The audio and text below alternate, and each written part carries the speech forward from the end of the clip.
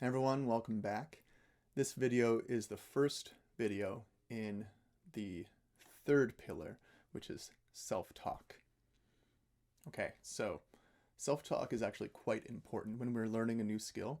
And simply put, self-talk are the things that you say to yourself in your inner monologue or out loud during learning something or just in general. Now, this is something that could be the case all over the world, but since I live in Canada and this is kind of a Western culture, what I often find with people's self-talk, they self-report being quite negative, right? They're often highlighting their mistakes. They might call themselves stupid or an idiot, or why did I do that?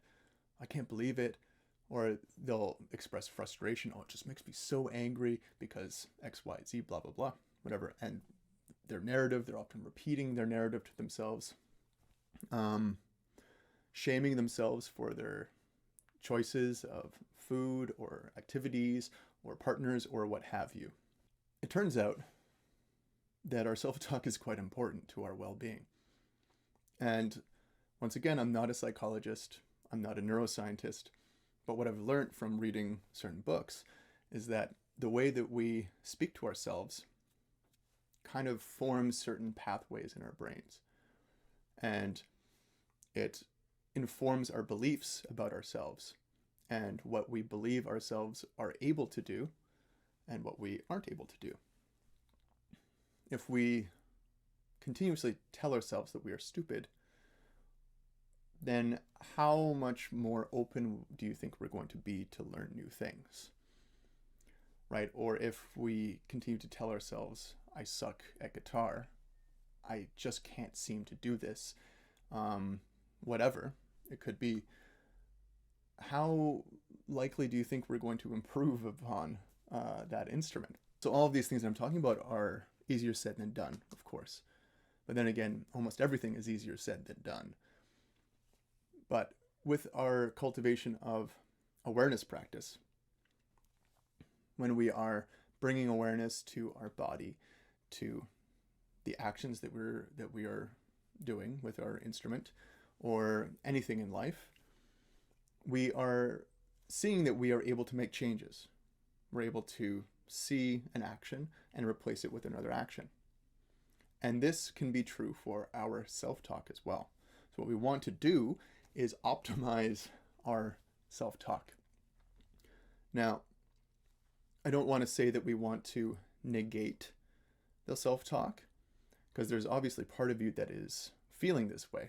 We want to honor that feeling, right? For risk of sounding like new agey or whatever.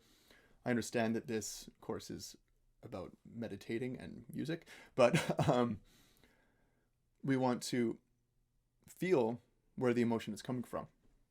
So if you're feeling, I can't get anything right, or I can't learn this, I'm stupid, I'm not talented, any sort of thought that comes up like that, then we want to witness where it's coming from. We want to feel where that emotion is coming from.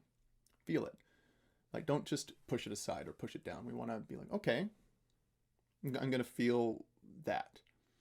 Ask yourself, is this true? Right? And then probably your mind will come up with a whole host of reasons why it thinks that that is true. But then ask yourself, does it have to be that way? Right? And then maybe we might see, well, maybe it doesn't have to be that way.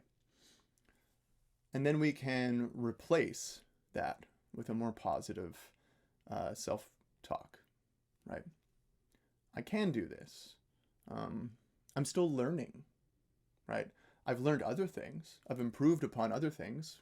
I can improve on this, right? So anytime we become conscious of the fact that we are talking to ourselves in a negative connotation, being disparaging towards ourselves, we can stop. We can think, okay, this is a negative thought. Is this something I believe about myself? Is it something that I think is not changeable?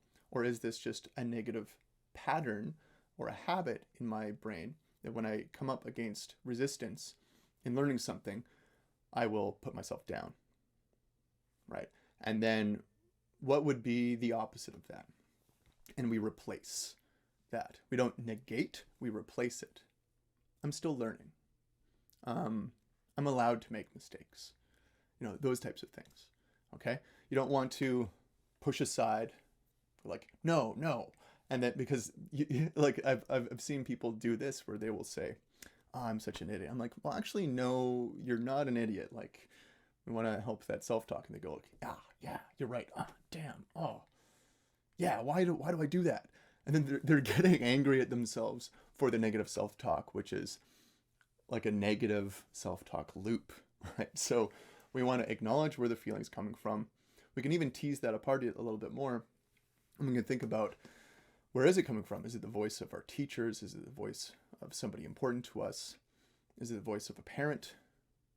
Is it the voice of society? Right? And then maybe we can replace that with something that serves us a little bit more.